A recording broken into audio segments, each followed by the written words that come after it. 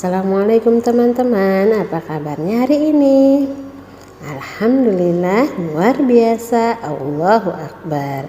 Alhamdulillah, pada kesempatan ini teman-teman bertemu lagi bersama Bu Dewi dalam pelajaran bahasa Sunda. Untuk pelajaran bahasa Sunda kali ini, silahkan teman-teman dibuka halaman 64 ya. Nah, di halaman 64 ada ngapalkeun harti kecap. Jadi menghafal arti kecap sama teman-teman tidak usah dihafalkan, cukup dibaca saja ya. Kita baca sama-sama ya. Nomor 1, landeh. Landeh itu adalah lebak, tempat anu leuwih handap. Jadi salah satu tempat yang daerahnya lebih bawah ya. Kemudian mencil. Mencil itu adalah misah ti batur atau terpisah dari yang lainnya. Ya, nomor 3 itu bumetah. Yang namanya bumetah itu sama artinya dengan cicing bari ngarasa betah. Kita tinggal di suatu tempat dengan merasa betah, nyaman ya. Kemudian nomor 4, maranti, biasa atau angger. Nomor 5, mirik, yaitu marengan ku tatabehan. Nomor 6, lingsir, ngageser artinya ya. Kemudian kasawer, sorana kaslip, suaranya terselip ya. Kemudian tingtrim, tentrem, henteu ribut, henteu harengheng jeung aman. Baik teman-teman, kalimat-kalimat di atas nomor 1 sampai nomor 8 silahkan teman-teman pindahkan sesuai dengan nomor di halaman 64 dan 65. Di halaman 64 nomor 1 contohnya, di titik-titik mah teu hese cai teu cara ditonggoh. Sama dengan jawaban yang ada di atas yaitu landeh. Jadi di landeh mah teu hese cai teu cara ditonggoh ya. Dan nomor 2 juga sama, nomor 3 sama sampai nomor 8 ya. Silakan teman-teman kerjakan ya. Selamat mengerjakan. Oke, kalau sudah mengerjakan nomor 1 sampai nomor 8, kita lanjut ke dalam sebuah cerita. Ngaregepkeun pedaran ngeunaan miara alam jeung lingkungan. Ya, menyimak pembahasan mengenai memelihara alam dan lingkungan. Ya, kita sekarang berada di musim hujan ya.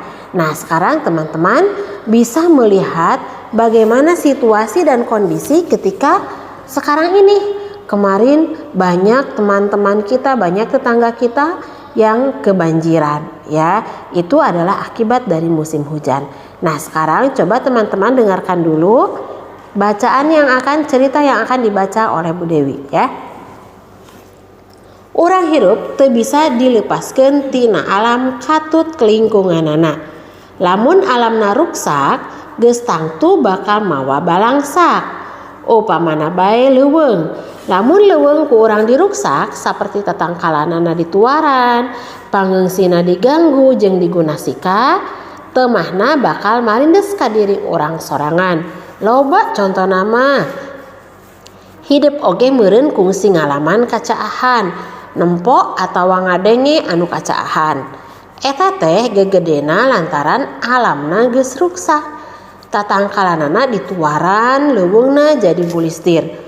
Leuweung anu bulistir moal bisa nahan cai. Dina mangsana datang usum hujan. Malah taneuhna oge karorod ka bawah palid. Suk bae caina kawalungan anu antukna nimbulkeun caah rongkah. Datang mangsana usum halodo, jadi hese cai. Lantaran di leuweung geus eueuh akar tatangkalan anu bisa nahan cai. Usum hujan kacaahan, usum halodo hese cai. Eta salah sahiji akibat tina ruksakna alam. Acan akibat anu leuwih gede ti eta nyaeta robahna hawa.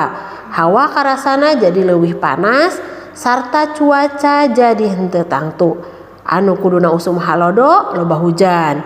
Sabalikna deui, anu kuduna usum hujan taya hujan pisan. Urang biasa miara alam ku cara anu basajan. Henteu melak tatangkalan atuh ulah nuaran tatangkalan. Nya alus nama lamun ti ayeuna urang dimimitian melak tatangkalan. Leuweung anu bulistir dipelakan deui. Upamana jauh ka leuweung bisa oge melak tatangkalan di lingkungan urang. Upamana di buruan imah, di sakola, taman, jeung di sisi jalan. Oke teman-teman, kalau teman-teman tidak paham dengan artinya, oke, Bu Dewi akan terjemahkan menggunakan bahasa Indonesia. Perhatikan dan simak baik-baik ya. Kita mulai lagi dari awal, dari halaman 65. Kita hidup tidak bisa lepas dengan alam.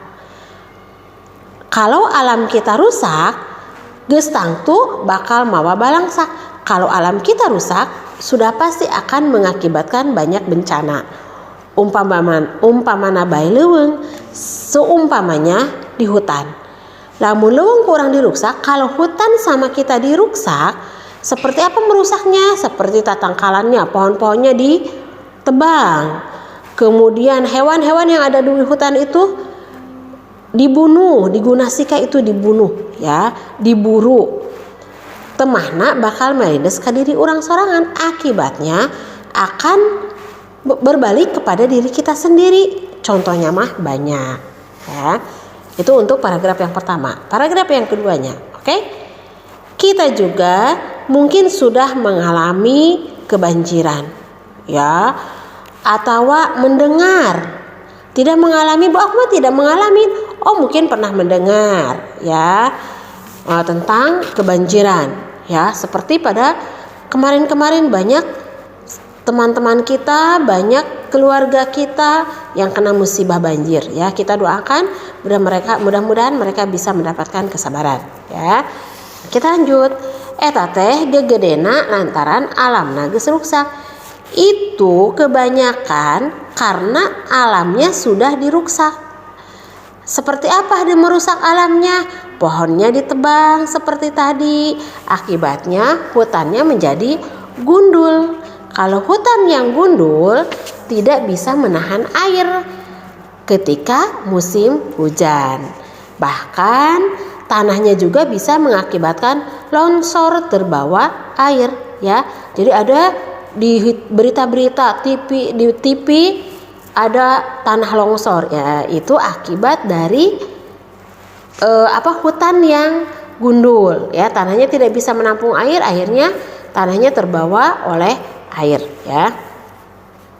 Nah, kalau sudah tanahnya longsor, maka tanah-tanah itu bisa aja masuk ke dalam sungai yang mengakibatkan caah rongkah itu banjir bandang ya.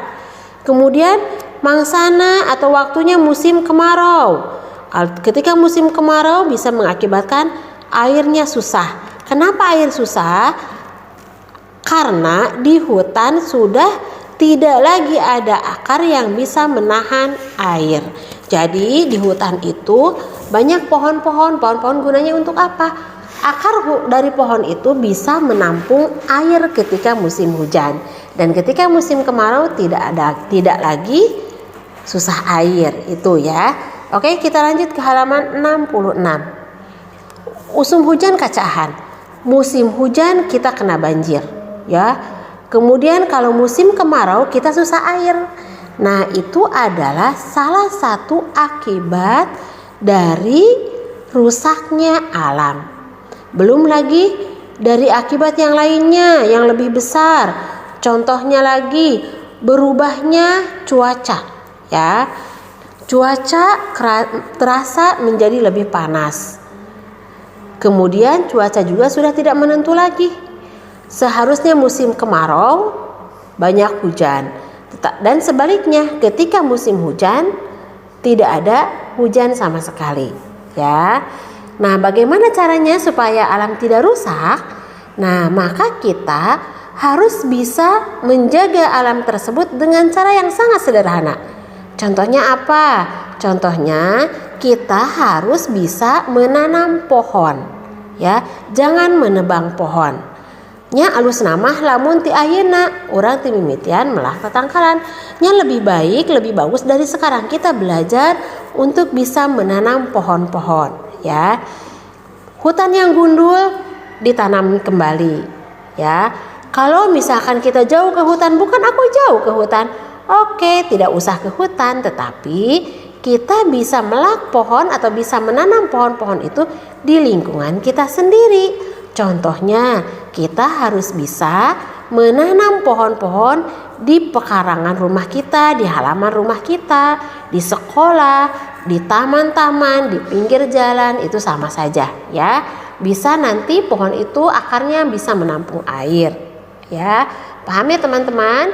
Jadi mulai sekarang yuk kita sama-sama untuk cinta lingkungan, untuk bisa bersama-sama menanam pohon ya. Bu, aku bisanya menanam pohon bunga. Enggak apa-apa, yang penting ada pohon-pohon yang bisa ditanam ya, di depan rumah kita, kemudian di halaman sekolah kita. Ketika ada pohon tidak boleh diganggu, tidak boleh dirusak. Itu adalah salah satu contoh supaya kita tidak merusak lingkungan. Salah satu contoh kita cinta akan lingkungan ya.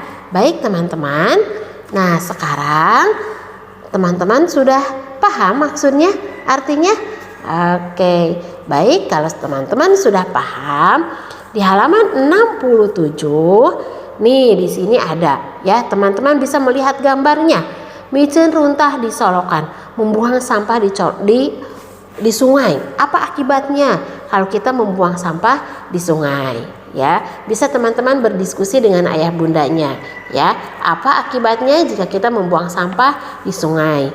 Kemudian nomor 2, memasang iklan di paku, di tangkal, di pohon. Ketika kita mau memasang iklan di paku, di pohon, nah, apa akibatnya ya? Kemudian nomor 3, menebang pohon di hutan. Apa akibatnya kalau kita menebang pohon di hutan? Tadi sudah diceritakan sama Bu Dewi anak ya. Oke, nomor 4, ngalalau di walungan di setrum. Kalau kita mencari ikan di sungai tetapi dengan cara disetrum, apa akibatnya? Oke, silakan teman-teman berdiskusi dengan ayah bundanya untuk mengerjakan halaman 67 ya. Cukup berdiskusi saja, tidak usah ditulis. Yang penting teman-teman paham apa akibat dari ulah manusia-manusia yang tidak bertanggung jawab. Baik teman-teman, untuk pelajaran bahasa Sunda dicukupkan sekian dulu. Terima kasih, semangat untuk teman-teman semua. Mudah-mudahan Allah Subhanahu wa taala memberikan kemudahan kepada teman-teman dalam belajarnya dan diberikan kesehatan dan keselamatan buat kita semua. Wabillahi taufiq wal hidayah. Wassalamualaikum warahmatullahi wabarakatuh.